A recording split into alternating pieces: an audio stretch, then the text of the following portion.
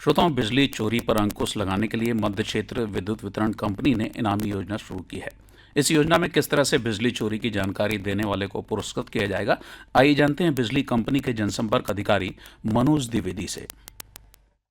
देखिए विकास जी, बिजली एक बहुत महंगा आइटम है और बिजली की चोरी जो है बहुत ही घातक है। यद्यपि केंद्र सरकार ने विद्युत अधिनियम बनाए हुए हैं और कई धाराएं हैं जिनके तहत विद्युत चोरी के मामले पकड़े जाते हैं और उपभोक्ताओं पर अच्छी खासी पेनल्टी भी होती है और कुछ में सजाओं का प्रावधान भी है, इम्प्रिजनमेंट भी हो जाता है। लेकिन इस संबंध में हम लोग जागरूक समय समय पर लोगों को करते रहते हैं, लेकिन फिर भी बिजली कंपनी ने एक इन्फॉर्मर स्कीम लाई है।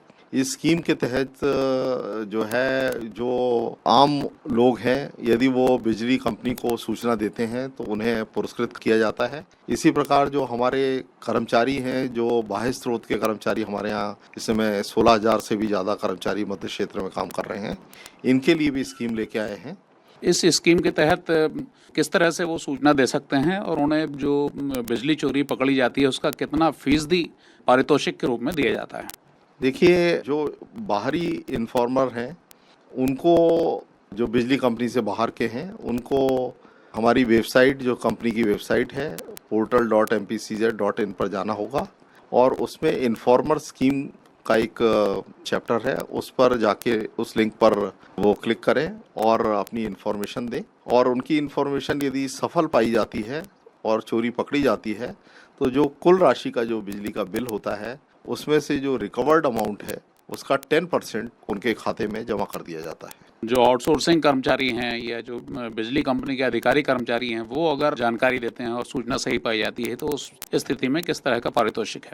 बहुत अच्छा सवाल किया आपने। जो बाह्य स्रोत कर्मचारी हैं वो कि उपभोक्ता परिसर का मुआयना भी करते रहते हैं, उन्हें ज़्यादा जानकारी रहती है कि वो कहाँ चोरी हो रही है। यदि वो इस स्कीम का लाभ उठाना चाहते हैं तो उन्हें भी उसी हिसाब से portal.mpcz.in पे ही जाना होगा और अपनी सूचना दर्ज करानी होगी।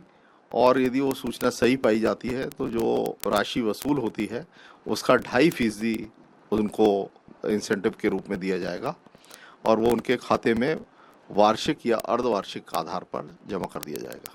यदि कोई सूचना प्रदाता अपना नाम गोपनीय रखना चाहता है, अपनी जानकारी गुप्त रखना चाहता है, तो क्या इसका भी प्रावधान है? सूचनाकर्ता का नाम पूर्णतः गोपनीय है, साइट को कोई नहीं देख सकता है और जो पेमेंट डिटेल है वो भी इस प्रकार से दिए जाते हैं कि वो जो अकाउंटिंग यूनिट है उनको भी नहीं मालूम होता है कि ये पैसा कहाँ जा रहा है। जब से ये योजना शुरू हुई है तब से लेकर अब तक यदि बात करें मध्य क्षेत्र विद्युत वितरण कंपनी की, तो लगभग ऐसी कितनी सूचनाएं मिली हैं जो सही साबित हुई हैं और लोगों को पुरस्कार मिले हैं? ऐसी सैकड़ों की संख्या में सूचनाएं प्राप्त हुई हैं और उपभोक्ता लाभान्वित भी हुए हैं, लेकिन चूंकि इसका ब्यौरा हम लोग सार्वजनिक नहीं करते हैं तो यह बताना ठीक नहीं होगा कि कितनी राशि हमने इंसेंटिव के रूप में दी है। लेकिन ये सही है कि सैकड़ों की संख्या में सूचनाएं आई हैं और सही मिली हैं और उन पर जो वसूली हुई है उनका इंसेंटिव संबंधित सूचनाकर्ता को दिया गया है। आप मध्य क्षेत्र विद्युत वितरण कंपनी के क्षेत्र में आने वाले उपभोक्ताओं से इस योजना का लाभ उठाने के लिए क्या कहना चाहेंगे? हम ये चाहेंगे कि यदि आप अपने आसपास ये देखते हैं कि बिजली चोरी हो रही है और यह एक सामाजिक और वैधानिक अपराध है, तो कृपया इसकी सूचना सरकारी कंपनी, जो मध्य क्षेत्र विद्युत वितरण कंपनी है, इसकी वेबसाइट portal.mpcz.in पर जाएं और इन्फॉर्मर स्कीम पर अपने सूचना दर्ज कराएं और इनाम भी पाएं।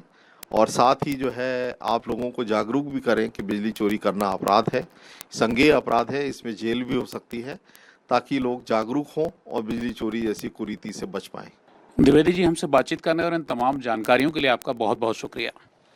Thank you very much. अभी आप सुन रहे थे बिजली कंपनी के जनसंपर्क अधिकारी मनोज द्विवेदी से बातचीत।